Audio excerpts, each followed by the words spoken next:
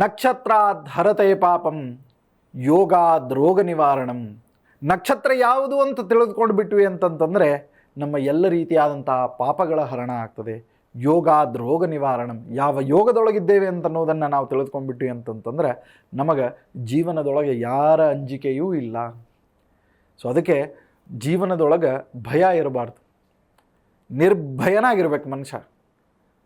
ಯಾವುದಕ್ಕೆ ಹೆದರಬೇಕು? ಭಗವಂತನಿಗೆ ಒಬ್ಬನಿಗೆ ಹೆದರಬೇಕು. ಯಾವುದಕ್ಕೆ ಹೆದರಬೇಕು?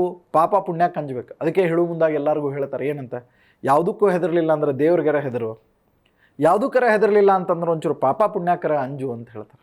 ಸೊ ಹಾಗಿದ್ರೆ ಇದೆಲ್ಲವನ್ನು ನಾವು ಗಮನದೊಳಗಿಟ್ಕೊಂಡಾಗ ಮನುಷ್ಯತ್ವದ ಒಂದು ದೊಡ್ಡ ಕಾನ್ಸೆಪ್ಟ್ ಇದರೊಳಗಿದೆ.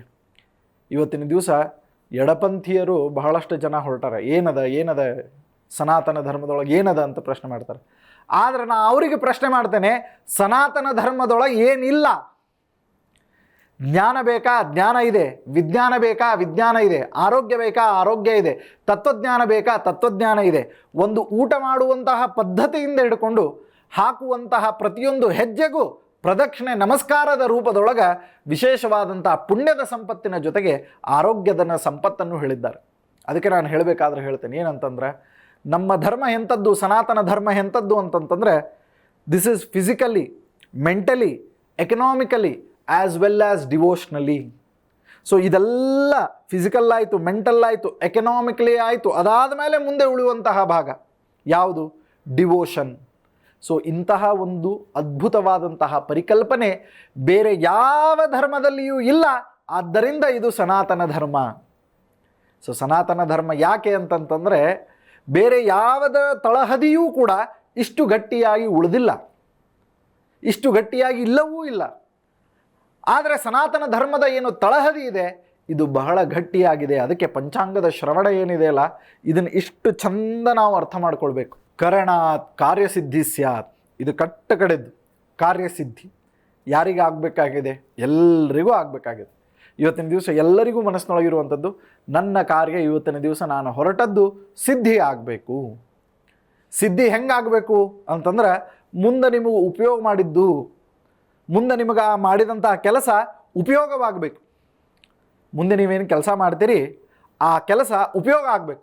ಸೊ ಅಂತಹ ಉಪಯೋಗ ಆಗಲಿಕ್ಕೆ ಬೇಕಾಗುವಂತಹ ವಸ್ತು ಸ್ಥಿತಿ ಏನಿದೆ ಆ ವಸ್ತುವಿನ ಸ್ಥಿತಿಯನ್ನು ಕಾಯ್ಕೊಂಡು ಹೋಗುವಂಥದ್ದು ಕರಣಾತ್ ಕಾರ್ಯಸಿದ್ಧಿ ಸ್ಯಾತ್ ಪಂಚಾಂಗ ಫಲಮುತ್ತಮಂ.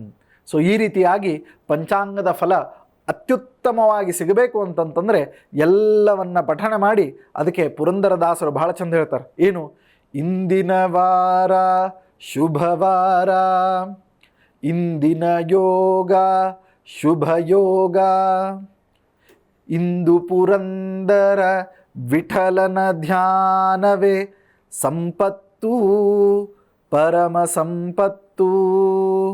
ಆ ಭಗವಂತನ ಸ್ಮರಣೆಯನ್ನು ಮಾಡ್ತಾ ದಾಸರು ಕೊಡುವಂತಹ ಚಿಂತನೆ ಏನು ಅಂತಂದರೆ, ಇಂದಿನ ವಾರ ಶುಭವಾರ, ಇಂದಿನ ಯೋಗ ಶುಭಯೋಗ, ಇಂದಿನ ಕರಣ ಶುಭಕರಣ, ಇಂದು ಶ್ರೀ ಪುರಂದರ ವಿಠಲನ ಧ್ಯಾನ ಮಾಡುತ್ತಿರುವಂಥದ್ದೇ ದೊಡ್ಡ ಸಂಪತ್ತು. ಅದಕ್ಕೆ ನಾವು ಎಂತಹ ಸಂಪತ್ತು ಪಡಿಬೇಕು ಅಂತ ಹೇಳಿ ಅಂದ್ಕೊಂಡಾಗ ಸನಾತನ ಧರ್ಮದ ಹಿನ್ನೆಲೆಯೊಳಗೆ ನಾವು ಪಡೆದುಕೊಳ್ಳಬೇಕಾದಂತಹ ಸಂಪತ್ತು ಇದು ಪಂಚ ಅಂಗಗಳಿಂದ ಕೂಡಿದಂತಹ ಪಂಚಾಂಗದ ಸಂಪತ್ತು. ಸೊ ಅಷ್ಟು ವಿಶೇಷವಾಗಿರ್ತಕ್ಕಂಥ ಇದೆಲ್ಲ ಯಾಕೆ ಹೇಳಿಕತ್ತೇನೆ ಅಂತಂದರೆ, ಇನ್ನೊಂದು ವಾರ 10 ದಿವಸದೊಳಗೆ ಸಂವತ್ಸರ ಬದಲಾಗ್ತದೆ. ಆ ಸಂವತ್ಸರ ಬದಲಾಯಿತು ಅಂತಂತಂದ್ರೆ ಮೊಟ್ಟ ಮೊದಲನೇ ಕೆಲಸ ಏನು ಮಾಡ್ತೀವಿ ಅಂತಂದ್ರೆ ಪಂಚಾಂಗ ಶ್ರವಣ, ಪಂಚಾಂಗದ ಪೂಜೆ. ಆ ಪಂಚಾಂಗದ ಪೂಜೆಯನ್ನು ಮಾಡಿ 1ನೇ ದಿವಸ ನಾವು ಪಂಚಾಂಗ ಶ್ರವಣ ಮಾಡ್ತೇವೆ. ಪಂಚಾಂಗ ಶ್ರವಣದ ಹಿಂದಿನ ಮಾತುಗಳಿವೆಲ್ಲ, ಪಂಚಾಂಗ ಶ್ರವಣದ ಹಿಂದಿನ ಮಾತುಗಳು. ಯಾಕಂತಂದ್ರೆ ಅದ್ರ ಬಗ್ಗೆ ಅರ್ಥನೇ ಗೊತ್ತಿಲ್ಲ, ಅದ್ರ ಬಗ್ಗೆ ವಿಶೇಷತೆನೇ ಗೊತ್ತಿಲ್ಲ ಅಂತಂದ್ರೆ ನಾವೇನು ತಿಳ್ಕೊಳ್ತೇವೆ, ಮಂದಿಗೇನು ಹೇಳ್ತೇವೆ. ಸೊ ಅದಕ್ಕೆ ನಾನು ಮೊದಲಿಂದನೂ ಹೇಳ್ತಾ ಇರುವಂಥದ್ದು, ಸನಾತನ ಧರ್ಮದ ಕಾನ್ಸೆಪ್ಟ್ ಬಹಳ ದೊಡ್ಡದಿದೆ. ಇವತ್ತಿನ ದಿವಸ ಕ್ಯಾಮ್ರಾ ಚಾಲು ಮಾಡಿ, ಟಿ ವಿ ಚಾಲು ಮಾಡಿ ನೀವು ಬಿಟ್ಬಿಟ್ರಿ ಅಂತಂದರೆ ಇಡೀ ದಿವಸ ನಾನಷ್ಟೇ ಅಲ್ಲ, ಏನೂ ಗೊತ್ತಿಲ್ಲದೆ ಇರತಕ್ಕಂಥ ಬರೀ ವಕ್ರತುಂಡ ಮಹಾಕಾಯ ಕೋಟಿ ಸೂರ್ಯ ಸಮಪ್ರಭ ನಿರ್ವಿಘ್ನಂ ಕುರು ಮೇ ದೇವ ಸರ್ವಕಾರ್ಯೇಷು ಸರ್ವದಾ ಈ ಮಂತ್ರ ಹೇಳುವಂತಹ ವ್ಯಕ್ತಿಯೂ ಕೂಡ ಸನಾತನ ಧರ್ಮದ ಬಗ್ಗೆ ಅತ್ಯಂತ ಗೌರವದಿಂದ ಯಾಕೆ ಮಾತನಾಡಲಿಕ್ಕೆ ಬಲ್ಲ ಅಂತಂದ್ರೆ ಅದರ ಒಳಗಿರುವಂತಹ ಅರ್ಥ ಯಾವ ಅರ್ಥ? ಸ್ವಾರ್ಥರಹಿತವಾದಂತಹ ಅರ್ಥ. ಯಾರಿಗೂ ಉಪಯೋಗ ಆಗಬೇಕು ಅಂತ ಮಾಡಿದ್ದಲ್ಲ, ಎಲ್ಲರಿಗೂ ಉಪಯೋಗ ಆಗಲಿ, ಎಲ್ಲರಿಗೂ ಒಳಿತಾಗಲಿ, ಎಲ್ಲರಿಗೂ ಶುಭವಾಗಲಿ ಅಂತ ಹೇಳುವಂಥದ್ದು. ಒಂದು ಸ್ನಾನ, ಒಂದು ಸಂಧ್ಯಾ ವಂದನೆ, ಒಂದು ಜಪ, ಒಂದು ಪಾರಾಯಣ, ಒಂದು ವೇದಗಳ ಏನು ನಾವು ಮಂತ್ರಗಳ ಪಠಣವನ್ನು ಕೇಳ್ತೇವೆ. ಎಲ್ಲ ಮುಗಿದ ಮೇಲೆ ಹೇಳ್ತಾರೆ ಓಂ ಶಾಂತಿ ಶಾಂತಿ ಶಾಂತಿ, ಸರ್ವೇ ಜನ ಸುಖಿನೋ ಭವಂತು, ಸರ್ವೇ ಸಂತು ನಿರಾಮಯ, ಸರ್ವೇ ಭದ್ರಾಣಿ ಪಶ್ಯತು, ಮಾ ಕಶ್ಚಿತ್ ದುಃಖ ಭಾಗ್ ಭವೇತ್. ಎಷ್ಟು ಸುಂದರವಾದಂತಹ ಮಂತ್ರ. ಈ ಪರಿಕಲ್ಪನೆ ನಮಗೆಲ್ಲಾದರೂ ನೋಡ್ಲಿಕ್ಕೆ ಸಿಗ್ಲಿಕ್ಕೆ ಸಾಧ್ಯನಾ? ಇಂತಹ ಪರಿಕಲ್ಪನೆ ನಮಗೆ ಎಲ್ಲೂ ಸಿಗ್ಲಿಕ್ಕೆ ಸಾಧ್ಯ ಇಲ್ಲ ಅಂತನ್ನುವಂತಹ ಅದ್ಭುತವಾದಂತಹ ಮಾತನ್ನು ಹೇಳ್ತಾರೆ. ಸೊ ಇಂತಹ ವಿಶೇಷವಾಗಿರ್ತಕ್ಕಂತಹ ಮಾತುಗಳನ್ನು ಸನಾತನ ಧರ್ಮದ ಆಧಾರದ ರೀತಿಯಲ್ಲಿ ತೆಗೆದುಕೊಂಡು ಬರ್ತಾ ಇದ್ದೇವೆ. ಪ್ರತಿನಿತ್ಯವೂ ಕೂಡ ಬೆಳಗ್ಗೆ 7:28ಕ್ಕೆ ಸರಿಯಾಗಿ ಕಾರ್ಯಕ್ರಮ ಪ್ರಾರಂಭವಾಗ್ತದೆ. ನಿಮ್ಮವರಿಗೂ ತಿಳಿಸಿ, ನಮ್ಮವರಿಗೂ ತಿಳಿಸಿ. ಯಾಕೆ? ನಾವು ನೀವೆಲ್ಲರೂ ಸೇರಿ ಒಂದು ಉತ್ತಮವಾದಂತಹ ವಿಶ್ವಾಸದ ಸಮಾಜವನ್ನು ಕಟ್ಟೋಣ ಅಂತ ಹೇಳ್ತಾ ನಮಸ್ಕಾರ, ವಂದನೆಗಳು. ಮಧ್ವಾಂತರ್ಗತ ಶ್ರೀಕೃಷ್ಣ ಅರ್ಪಣಮಸ್ತು.